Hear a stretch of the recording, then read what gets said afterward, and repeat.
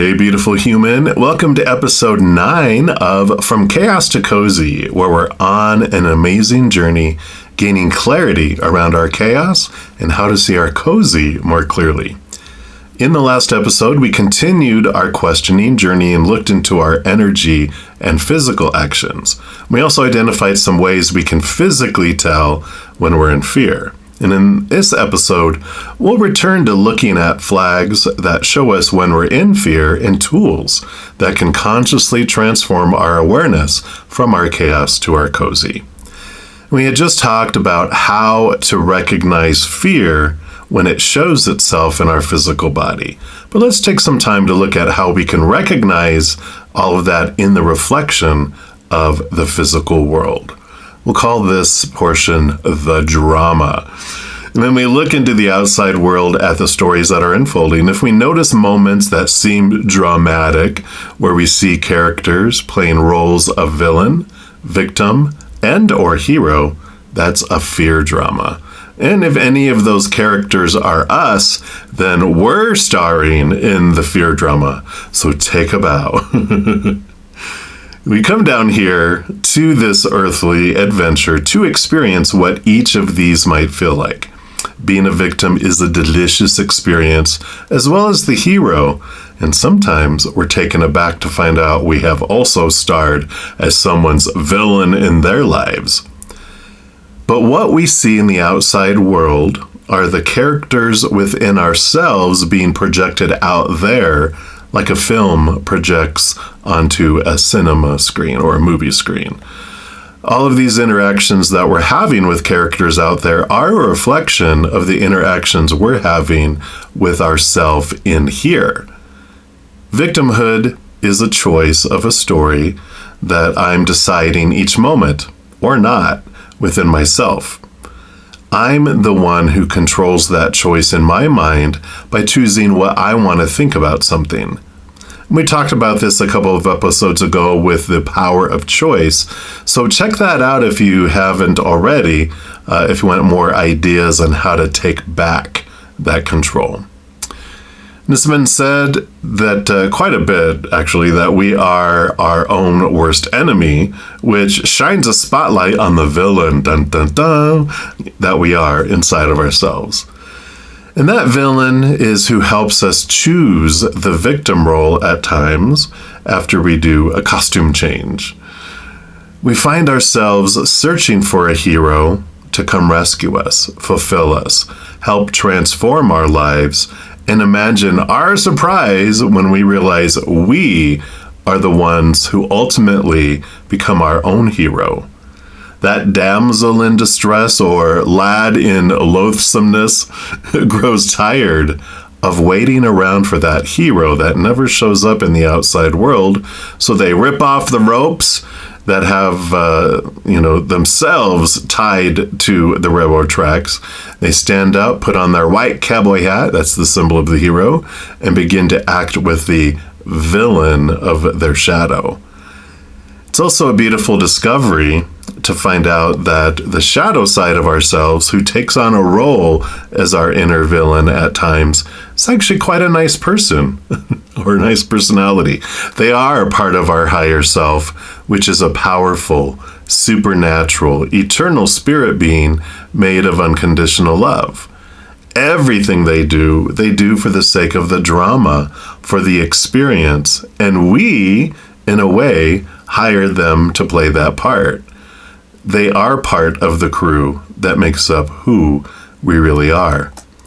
We are a spiritual being having a human experience, and it is just one of the many experiences that we're having, and many of our experiences as an ethereal being are all happening at the same time. We are a spirit, a soul, and we have a physical body. And then this big awareness that is made up of our mind and our heart, our inner emotional children, our inner mental children, our shadow, and who knows what else is down there in our subconscious. But all of that makes up that side of us, and we are sometimes taught, of course, that our higher self is supposed to destroy all the rest or cage them to control them. But really, our higher self is who completes these parts of ourself that feel empty and agitated. They are all so hungry for a stable, unconditional, eternal love that it can't find in the outside world very readily, if at all. Thus, it is very hungry, even hangry, the hungry angry. But connection with our higher selves completes them, makes them feel full and whole. They all get filled up with unconditional love, and then it flows out to the world through each of them. In that space, we're no longer starring in the drama ourselves. We become like observers. But how do we tell if we're starring in the drama ourselves or just observing from the audience? A simple way of determining that is if we feel a desperate need to try to change the drama that's happening. We can observe a situation that is of drama and feel no need to have to try to change it, like watching a play from the audience. We can still take action from a place of unconditional love versus out of fear and a sense of need to control, but we're not attached to an outcome. When we're in a desperate need to have something to be a certain way, we can look at what we feel needs to change. Where is the supposed to, the need to, the should, the have to, the oughta, the must in the situation? And then we can look at why we feel it needs to be that way. What are we fearing? Where does this fear demand come from? That is the critic sitting in the audience, judging away at the performance, trying to make it be what it feels like it should be. But can you imagine someone from an audience coming up on stage saying, no, not like that? They'll be escorted out of the premises, right? Or like those two old men hecklers on the Muppets TV show that were, sitting up in the box seats, throwing criticisms all the time at Kermit on the stage. But there is no judgment from the true audience. All those beings watching the drama unfold on this planet, they don't have an opinion on the other side. Only appreciation, applause, support, encouragement, and sending us flowers to congratulate us for our amazing performance. And that includes even our own higher self. There is no right, there is no wrong, just different choices with different experiences. And this world is like a giant improv play where choices are made on stage moment by moment and new adventures unfold. It's a very highly rated performance. Let's talk about the words a little bit here. So another indicator for us to tell if we're in fear mode or not are the words that come out of our mouth and those that are expressed inside our heads through that lovely self-talk. For me, first being aware of what words I heard others saying to others or themselves was a good starting point. Because I wasn't taking anything they said personally because it wasn't about me. So I was able to calmly observe without igniting into any kind of fight or flight mode or becoming defensive rather than reflective. And as I sat and listened to others' drama and where their fears and anxiety all came from, disappointment from expectations really stood out. The long list of things we accumulate through our lives on how things are supposed to unfold or not unfold, how people are supposed to act or not act, what people are supposed to say or not say, actions people are supposed to or not supposed to take, who they're supposed to be or not to be. Such a long list, right? And when those things don't happen, we're disappointed and fear that it means something about us. Our inner child feels unsafe and or out of control, so it gets into fight or flight mode to try to stay feeling in control. The sadsies, the anger and bullying, and rejection if necessary. I hear buzzwords like supposed to and should and need to and have to and oughta, must, all those related to the fear moment that these people in the outside world were having. And those all became like flags for me to identify where my beliefs were as an indicator when I was focused on the human ego, shallow, small t truths that were rooted in fear. So all those words. And when we realize that is what is being said, inner or outer, we can ask ourselves if that really is true. Is there a capital T truth that brings clarity to the lie of the small t truth of fear? I've heard this called shooting on yourself, which is pretty funny. So perfect, right? Because it does sound like you're pooping on yourself with all these expectations, setting yourself up for failure, trying to live up to everyone's expectations in the outside world, who really all have a different set of expectations. And sure, we all might have some similar expectations, depending on where we're born, where we grew up, where we went to school, where we've worked, etc. But guaranteed, we didn't all live the exact same life, so there is something different on that expectation list. What it is, we do not know until we smack up right against it like a bug hitting a windshield. But that's part of the excitement of human existence, the unknown surprises. Well, exciting for our higher self because they are used to being a kind of know-it-all.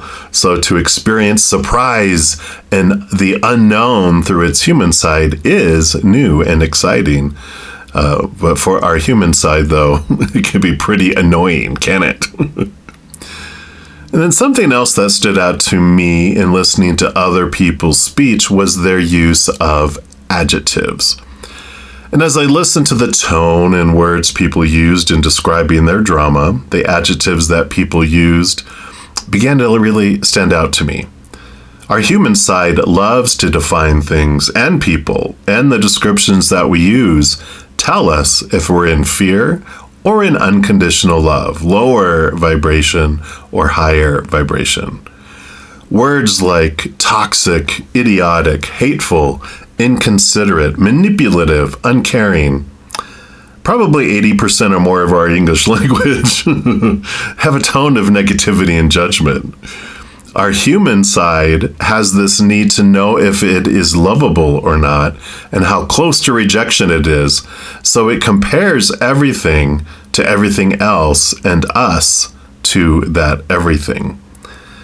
Many of us start off living in the black and white world where it's all or nothing. We're either a success or a failure. There's no in between. So if we were to admit that we were wrong about something, then we would be the accuser, the judge, and the juror, and ultimately our own punisher, deeming ourselves a big, fat F failure.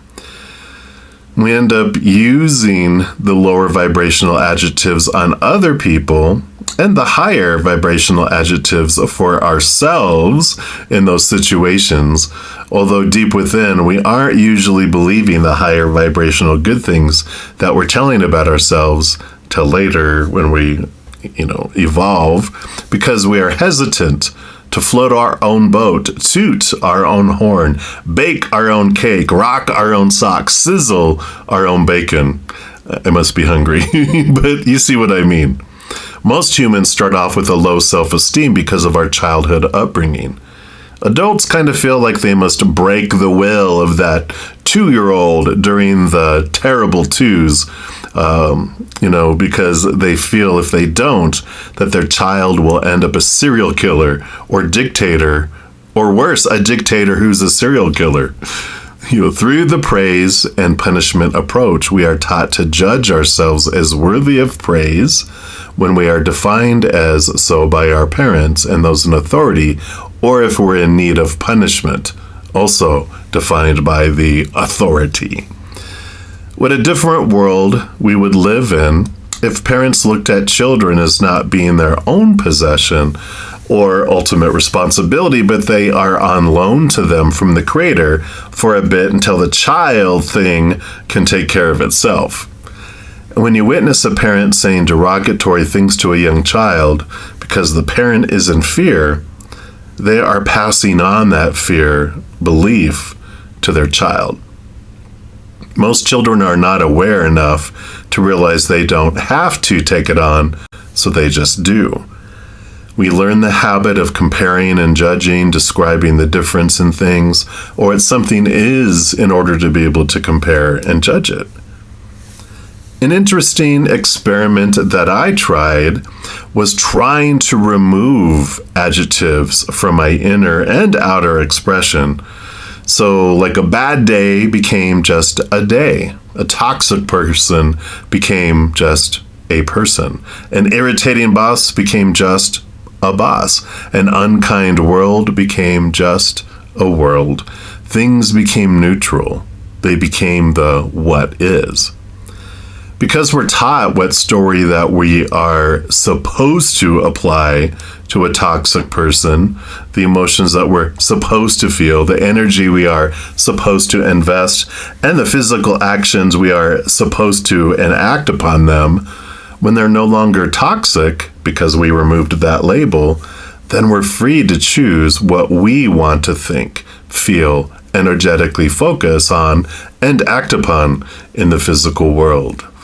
More freedom. It also applies to the positive adjectives that we add to our judgments. What? I know. Even though they may feel higher vibrational, we may still have a lot of expectations around what comes with that adjective. So if I say that someone is a trustworthy friend, then I'm going to be constantly monitoring their trustworthiness. So something that seems positive might end up being a lower vibrational energy because we're pronouncing our judgment of their acceptability. I hope that makes sense. But let me know in the comments if you have any questions on that. So those are the two of the big things I learned in listening to others. And the next stage was introducing this hearing of what was being said to what other people were saying to me. I call it alien versus unlovable. And yes, it took some time to learn to remain calm and not take what others were saying to me personally. The more I realized that what people said out of their mouths had a lot more to do with them than it did with me, the more internal dialogue I had where I was constantly changing around their words to be about them in some way and then not about me. A great tool that helped me with this was Byron Katie's Judge Your Neighbor worksheet. She offers it available for free at her website, which is thework.com, which is THEWORK.com. She also has a great YouTube channel as well. Her name, she goes by Byron, BYRON, and then Katie, KATIE. And we'll be looking at that tool in the near future in a future podcast episode. So I'm excited about that. The turnarounds and things you learn through it are amazing. Also, as I listened to that other person's words, if they bothered or triggered me, then that meant somewhere inside of me there was some shred of what they were saying that I thought was true. Could be true, or had a fear of what other people would think, and if they would believe that to be true as well. Especially if I believed if it wasn't. If someone walked up to me and said, "Brother Zen, I think you're an alien from another planet," I would not take that personally. I might even take it as a compliment, because I don't believe my physical body is an alien life form from another planet, at least in this lifetime. So I would laugh and say something like, "Oh, you," because there's no belief in that it's really true. However, if someone instead walked up and said, "Brother Zen, I don't think you're lovable," a battle might ensue, because deep inside there could be a belief bouncing around in there that supports that or sounds just like that. Hesitating in reacting can save us eating a lot of crow. Taking some deep breaths and realizing that these feelings and triggers are mine and no one else's. That can allow me to calm myself down and respond with emotional intelligence rather than with emotional stupidity. Yes, that took me some time to do that as well. But a big piece that helped with this was turning all this awareness of what was being said to inside myself, to observing what words I was saying to others, as well as what words I was saying to myself. Although my focus on what words were being used unfolded in those 3 stages of focusing on what others were saying to others and themselves first, and then what they were saying to me, and then eventually into what I was saying to others and myself, it all kind of unfolded all at once. How could it not, right? As I was really focusing on what others were saying, I began to pay attention to what I was saying at the same time. And as I adapted and evolved, then the focus progressed to turn so much from investing energy into the outside world to focusing on my inner world. As the old German proverb says, I began sweeping in front of my own door. Other people's words and actions were not about me, but my emotional triggers and reactions to their words and actions were all about me. Rather than worrying about what was on everyone else's front porch, I returned to mine and had my focus there. I began to talk a whole lot less, thinking before speaking. What? I know. So different and so interesting, too. It's a strange feeling at first, like being the only sober one at a party where everyone else is a bit tipsy or drunk. Clarity of mind comes. Understanding of oneself and others comes. So much energy that was invested in trying to control the outside world, what everyone is saying and doing, all that energy, it comes back to you. I had a lot more internal dialogue going on where I was constantly changing around thoughts and words in my mind to see how things were about me in some way. And this allowed a pausing before I spoke, before I reacted. And when I spoke or took action, it was a conscious choice of how I wanted to respond, not react while being out of control emotionally. Of course, there was a learning curve, and there are still times, depending on how I feel and what's going on in my world and the world, that I may not respond quite like I want to, especially if I'm in my tasky Capricorn rising energy. Then emotion is second to thinking and doing. But when I notice that, and that maybe I have not responded the way I wanted to, I go back and I apologize to the person if it feels like it needs to be done. And that helps overlay the memory in my mind to be something higher vibrational rather than leaving it at a lower vibration energetic memory. Remember, always be gentle with yourself as you are learning and changing habits. So I'm about out of time, so this is a good place to stop. And as always, please let me know if you have any questions by commenting on the video or sending me an email to my email address at brettazen@gmail.com. In the next episode, we'll return to our focus on the chaotic human characters we interact with and awareness of our cozy that comes about because of it. Till next time, remember every second of every moment of our lives that we are eternally and unconditionally loved by the Mother and the Father of all things, our Creator. And of course, I love you too. So hang in there. Take care of you. We'll see you soon.